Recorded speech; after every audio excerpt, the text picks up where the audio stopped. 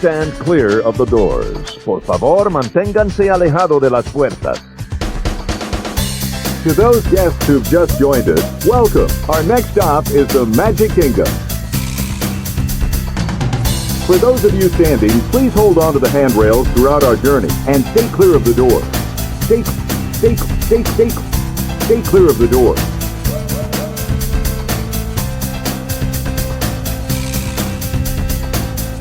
Ladies and gentlemen, we are approaching our station at the entrance to Main Street, USA.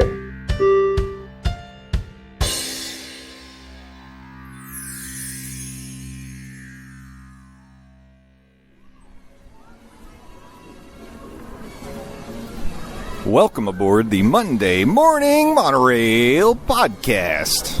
This is Justin Monorail, and I am coming to you live from Disney's Hollywood Studios. Today is Monday, June the 16th, 2025. I'm jumping ahead a month. And it's this past Sunday was Father's Day, so we did not have a chance to record a traditional episode, and I decided, you know what, that's okay. People enjoyed the last episode where I took them along to the parks. I walked around in Magic Kingdom, and why not do another little walk and talk here? So that's what I thought we would do. Plus, there's a little something extra, another mission, a couple of quests that I need to do today. I don't know if you're aware, but there are two brand new shows in Disney's Hollywood Studios. One of them is Villains, Unfairly Ever After. I almost called it what I thought it should be, Unhappily Ever After, but no. Unfairly Ever After is here. And, of course, Little Mermaid, A Musical Adventure has returned. So, my thought was, why not bring you along to the parks? Let's go check out these new shows and give my instant reaction, give my thoughts. And maybe we'll get into some other stuff too. Maybe we can try some food, maybe we'll try a drink. We'll just do a little bit of this and that, and you're along for the ride. I'm glad you're here. Full transparency, today is Friday the 13th, and actually I just came from Universal Studios because Halloween Horror Nights, the official Universal Halloween Horror Nights account, announced the second house of the season, and I just want to say, we were right. Friday the 13th is coming to Halloween Horror Nights this year, so of course I had to go over there. I had to check out the merch. I ended up buying myself a shirt. The other thing I did was I walked over to San Francisco and I tried the lobster taiyaki. And I just got to tell you, it's available in the temporary Jaws 50th anniversary booth, and it was delicious. I mean, I don't know how much you can expect from a lobster roll type food item from a theme park. This had some nice chunks of lobster in it. It was like cold, and it had some cold slaw, it had the mayonnaise. It was satisfying, it was refreshing. I really liked it. So if you have a chance to go check that out, I definitely recommend it. But once again, Friday the 13th, the second house announced for this year's Halloween Horror Nights, joining the lineup alongside Fallout, and we were right. It's nice to say that. Every once in a while it's nice to say it because so often we are not, but in this case we were. So I'm walking by Fairfax Fair right now. I'm in the shadow of the Hollywood Tower Hotel, or as we know it, the Tower of Terror.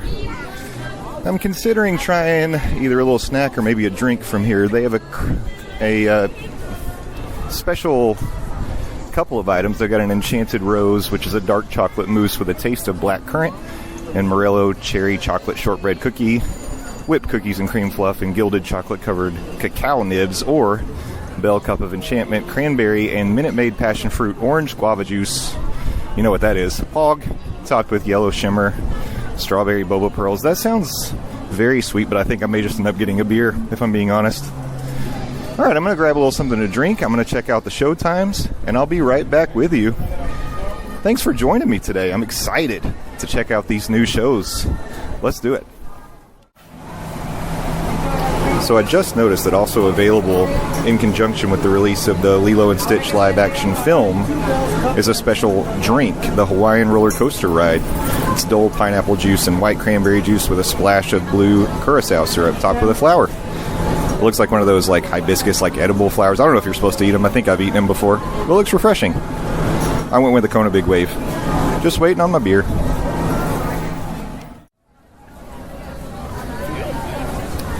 So So I think I'm going to start today's adventure off with Villains Unfairly Ever After. Taking a look here at the sign, the next Little Mermaid show just popped up and now I missed it. Unfairly Ever After starts at 3:30. Let's see what time it is right now.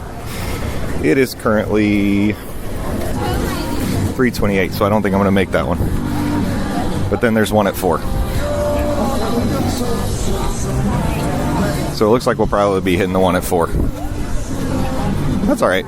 This means we'll be up close. First in line.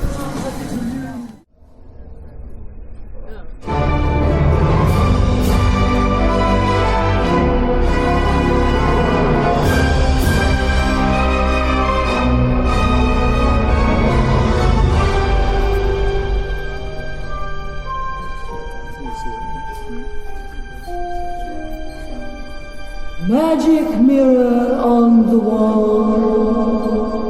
Oh, for the days when that was all. Magic mirror on the wall, who's most misunderstood of all.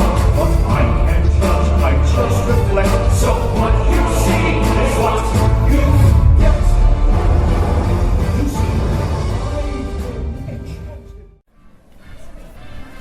Okay, so I just got out of Villains Unfairly Ever After. I actually ended up watching it 2 times, back to back. The show runs about 18 minutes, and there's a show every 30 minutes. So as we were exiting, I just got back in the back of the line because I kind of wanted to see it from a different angle. The first time I saw the show, I was in the second row in the middle, and I got to tell you, it was cool to be that close, but it also kind of limited your vision of the entire stage. And with this kind of show, I kind of think you want to see the whole stage. There's a lot going on, like all the mirrors, quote-unquote screens, all around the stage are all integrated, and things are happening all the time, all around the theater. So you kind of miss out on some of that if you're sitting too close. So that's one thing I would recommend. Also, if you are early in line, you get to pick the row that you sit in, and they do let people start filling in the seats in the middle section. So don't worry about being like the first person in line thinking you'll have to go all the way to the side, because there's 3 sections. There's like center stage, stage left, and stage right, and they fill the center stage section first. So you do have to go all the way down that row, but you're still in the middle. But I would recommend at least sitting 6 or 7 rows back, at least, to get the full picture of the stage and get the full experience. But I really liked it, and I'm going to pop some of the music from the show in here. There's a theme song that plays, and it is quite catchy. I'm going to say it. I think that song is a banger from Villains Unfairly Ever After. I loved it. Really fun show, and I will say I can attest to the fact that the ending does change. The first time I watched the show, Cruella de Vil was the most unfairly treated of them all. And then the second time, it ended up being Maleficent. But man, lots of really cool effects.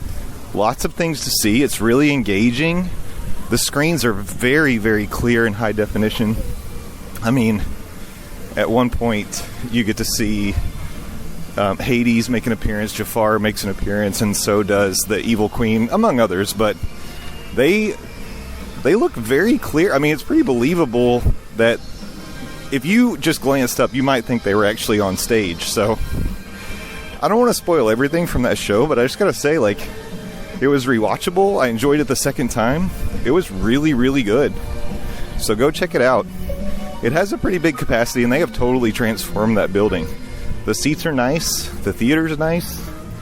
It was really, really good. I highly recommend checking it out. So, all right, I'm going to take a little break here. I was kind of power walking my way off of Sunset Boulevard. I'm now in front of 50's Primetime. I'm looking at Gertie. I'm looking across the water at the Dockside Diner, the SS Down the Hatch. This is a lovely park, but it is hot today, let me tell you. So, might be time for drink number 2. I'm a little bit hesitant because I do want to walk over to Grand Avenue and take a look at the walls now that Muppet Vision is officially closed, but I know it's going to make me feel really sad. But you may end up getting a review or a little bit of a drop-in from me once I get over there, and I can tell you how I'm processing those feelings. A lot of shows in Disney's Hollywood Studios now that we've got. You know, you've got the Frozen show, you've got Indy, you've got the Beauty and the Beast sing-along. Well, not a sing-along, but the Beauty and the Beast show. You've got the Little Mermaid musical adventure. You've got Unfairly Ever After. Like, this is a show-heavy park. You've got the Disney Junior live on stage, which I've never seen. Maybe I should do that today, too. Is that creepy? Will I get kicked out of here? Will I go to Disney jail if I go to Disney Junior live on stage? I don't know. And you've got Indiana Jones, of course, which I didn't mention, I don't think, but it's right here beside me, which is always a crowd pleaser. So a lot larger capacity in Unfairly Ever After than I expected. They've totally transformed it. There used to be a bit of a pre-show area for the Lightning McQueen Racing Academy. There's not anymore. Like, as soon as the doors open, you go in, it's all theater. But it has, I mean, I'm very impressed with what they've done with that theater. Highly recommend the show. It's really fun. It felt energetic, and the crowds were really into it. Like, people are really interacting with the villains, which is really cool. And I can tell you, they do sort of change up their shtick for each show. So there's really no way to totally spoil it. I mean, I could give away some of the effects, which I won't do, but it does change every time. So it was really cool. All right, I hear some rumblings from Indy. I'm going to walk over and get one more drink before I go see The Little Mermaid, but 2 thumbs up. Really, really enjoyed Unfairly Ever After. I highly recommend it. And I want to know if you've seen it. What do you think about it? Is it a priority for you the next time you're in Hollywood Studios? Let me know, Monorail fam. Love to hear from you. All right, so I've got my adult refreshment, and now I am wandering by the Hyperion Theater over here. I'm going to take a look at the show times for Little Mermaid, and what the heck, I'll go check out the Disney Junior live on stage schedule as well. I don't know.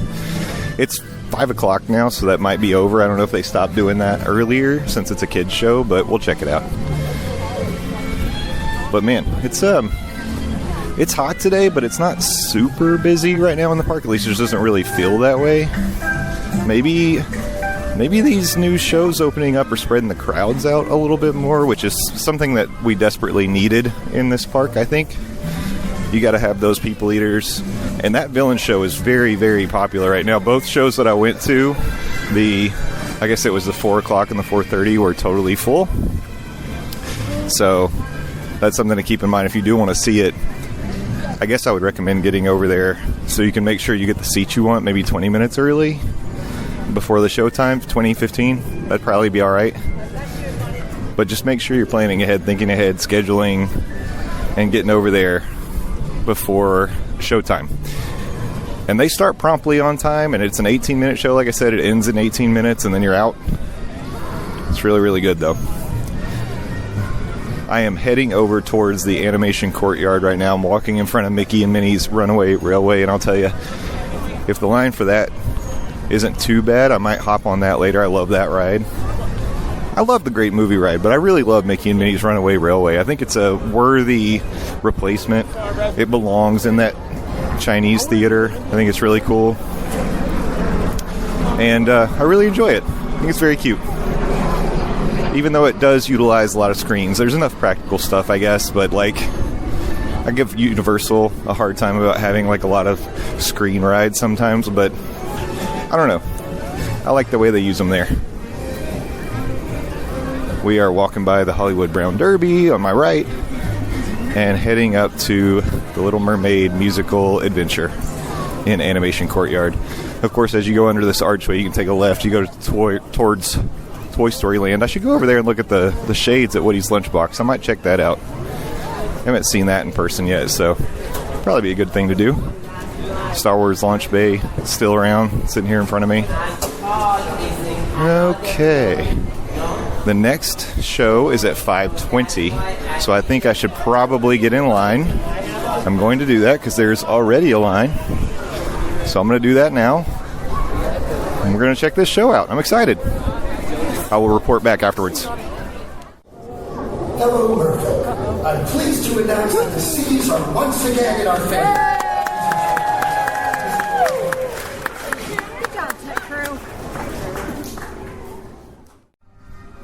Okay, so I just got out of The Little Mermaid, a musical adventure, and oddly enough, there were technical difficulties in the middle of the show, and it paused for like 5 minutes. It was very strange. It was like right before Ariel was about to sign the contract or meet the Sea Witch to make the deal to have legs for a few days.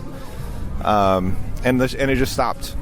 I actually recorded a little sound clip of when it came back, so I'll pop that into the show so you can hear that. That was very strange, but to their credit, they just went right back to it, and the show continued seamlessly once they started going again, so that was good.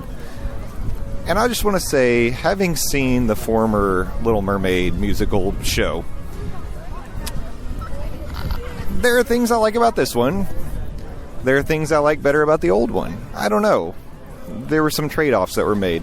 They have some very cool effects. They use sort of like a multi-plane, kind of a scrim, so that they can project things on it, have actors behind that initial screen, and then also have a high-definition screen behind them. So it's sort of like the old multi-plane camera effect. It's very cool. So there's things like that going on. I think that you've got bubbles happening in the theater, which every kid loves. There's always bubbles. Bubbles are fun for everyone. But, like, I don't know.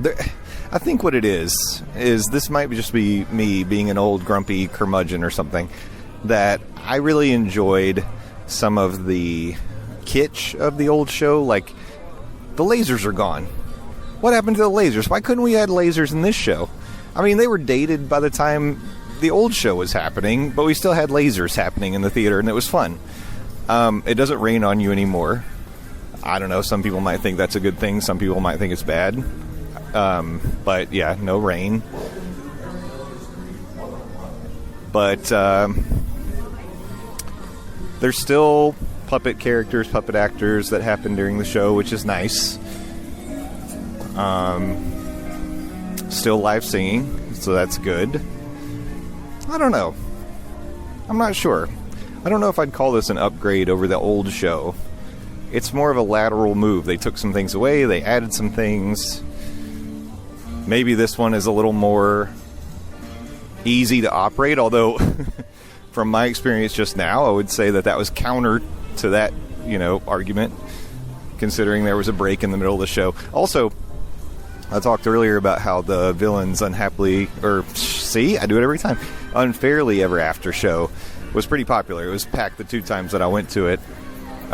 When I got in line for the Little Mermaid musical adventure show, I was lining up for the 5:20 show, and I was in the queue, but I was like the last person under the cover of the queue. I don't know if you haven't ever stood in that line, which is a possibility. There are a couple switchbacks that are under the cover, and then once the line gets longer, they extend it out sort of into the walkway, which would be outside of the cover. I was undercover, but I was one of the last people. And they said, just so you know, more than likely, you're not going to get into this particular show. You'll have to wait till the 6 o'clock. And that's exactly what happened. I was probably like I'm going to say 20 people back from where they cut it off. And we had to wait till the 6 o'clock, but that's fine. Made friends in line, had nice chats. It was very interesting. Oh, one fun fact I learned. I happened to be talking to someone who used to work at Star Tours. As I approached Star Tours, it's right in front of me right here. I'll try to get closer so maybe you can hear some Star Wars sounds. I asked a question that maybe we've all always wanted to know, and I ask it for you, the Monorail fam. So, this person had worked for years as a ride operator for Star Tours. So I said, okay, I have a question. Can you tell me, is the ride operator responsible for picking the rebel spy? I'm getting shot by an AT-AT as we speak. And she said, yes, that's exactly what happens. And she said, if you would like to increase your chances of being the rebel spy, be nice to the cast member. Like, talk to them. Be friendly. Maybe have a conversation. Say or do something memorable. Make a connection, and there's a chance that you will be picked as the rebel spy. I always thought that might have been like an automated thing. Apparently it's not. It is like it shows the ride operator, the cast member, all the pictures of the people in their seats. They look for a good picture, but they also look for people that they talk to that were nice to them. See, the AT-AT wants to shoot me for giving out secret Imperial information right now. But it's true. That's a true fact that now I know and now you know. Be nice to cast members. Thank cast members. things happen for you, like becoming a rebel spy. She also said that if she ever had like a whole ride vehicle that was full of like people that were rude or standoffish or hard to deal with, that she would pick an empty seat as this rebel spy. So, you know, if that happens, then you know you were a jerk to the cast member. Really interesting, though. The wait right now for Star Tours is 5 minutes, so maybe we'll just go ahead and walk on in there so you can hear some of that queue as we walk through. Make sure that drink is finished before you enter the building. Hello. So, here we go. I'll let you enjoy some of the sounds.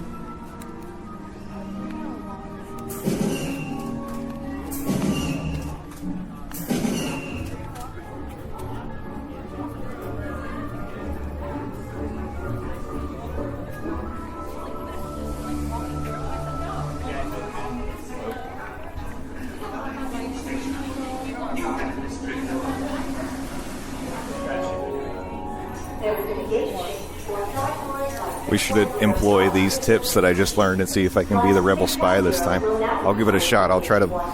Should I wink at the cast member? Should I slip him a $5? I don't know.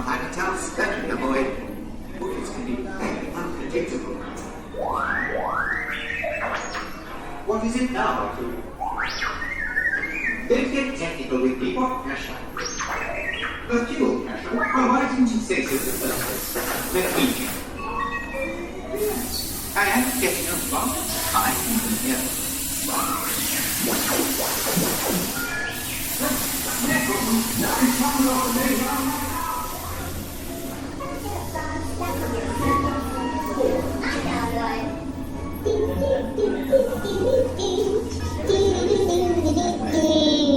Oh, look!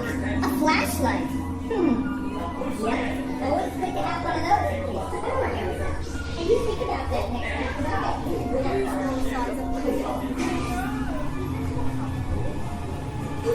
Sure are a little crazy. Try to act less suspicious.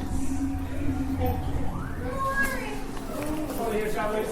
Let me just 1 second for me. One, just 1 second. Go to A, just pull for B. And get her A, please. A is an alpha.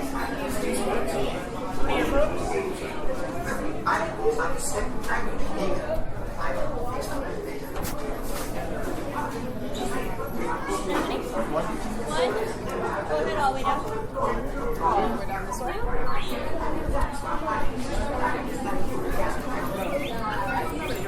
1, 2. Thank you. I'm lined up. I'm the only one here.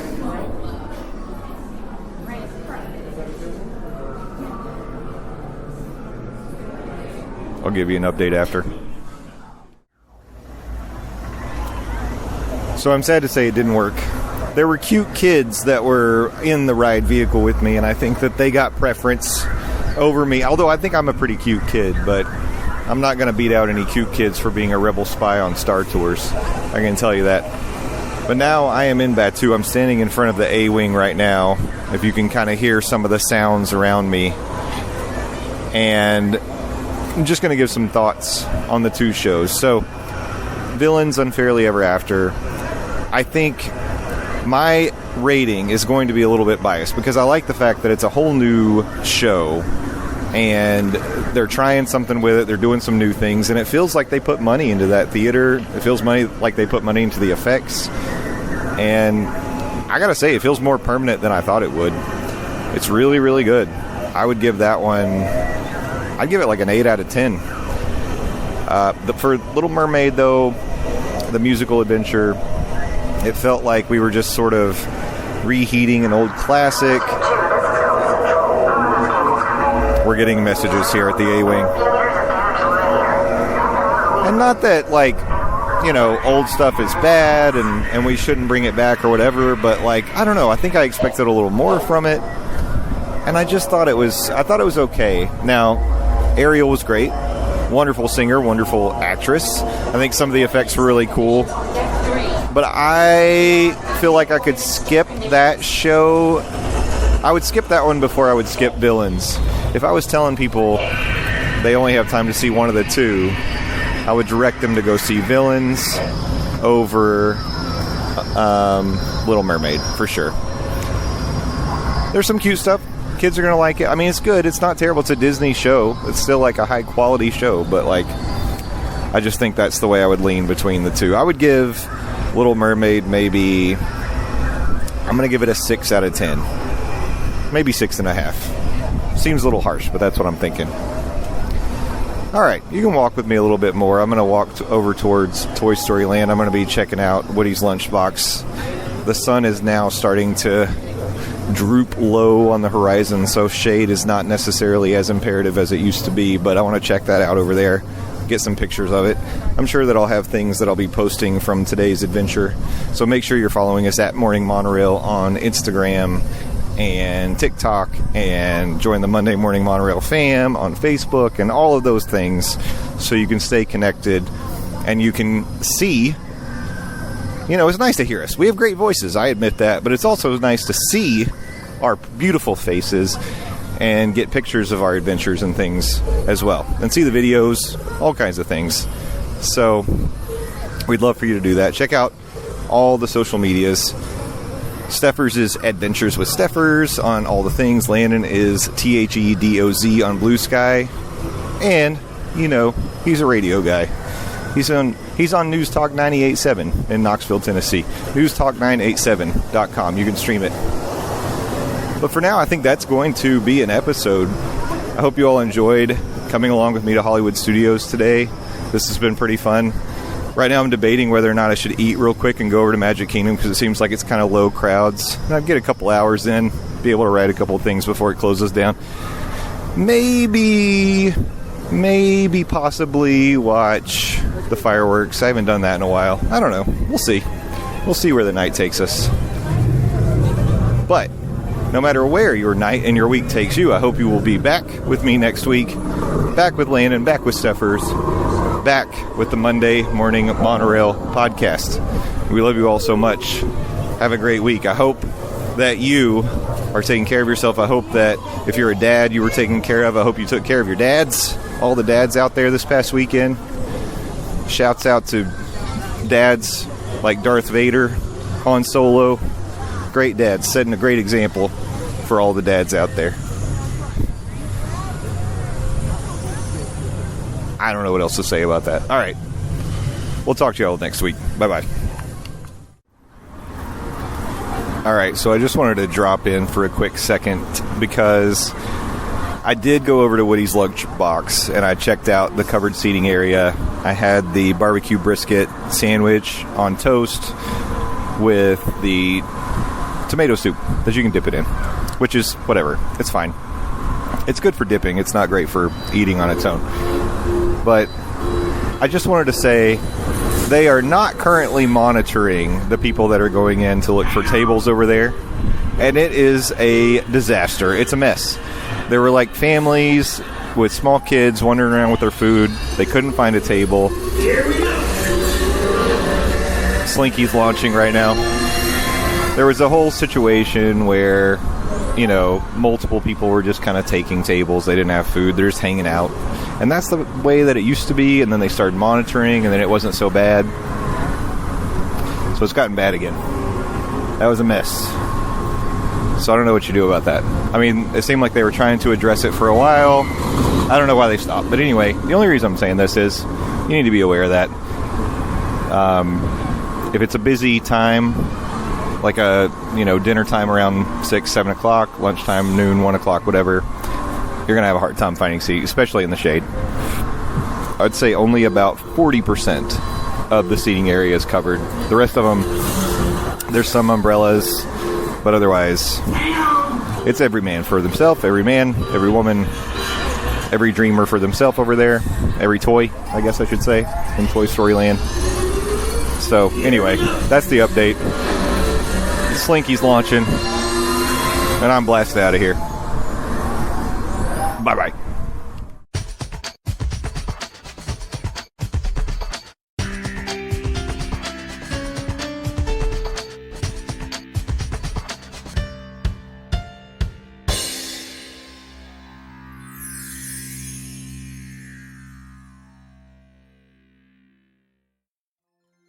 The Monday Morning Monorail podcast is part of the Diz Mornings Network.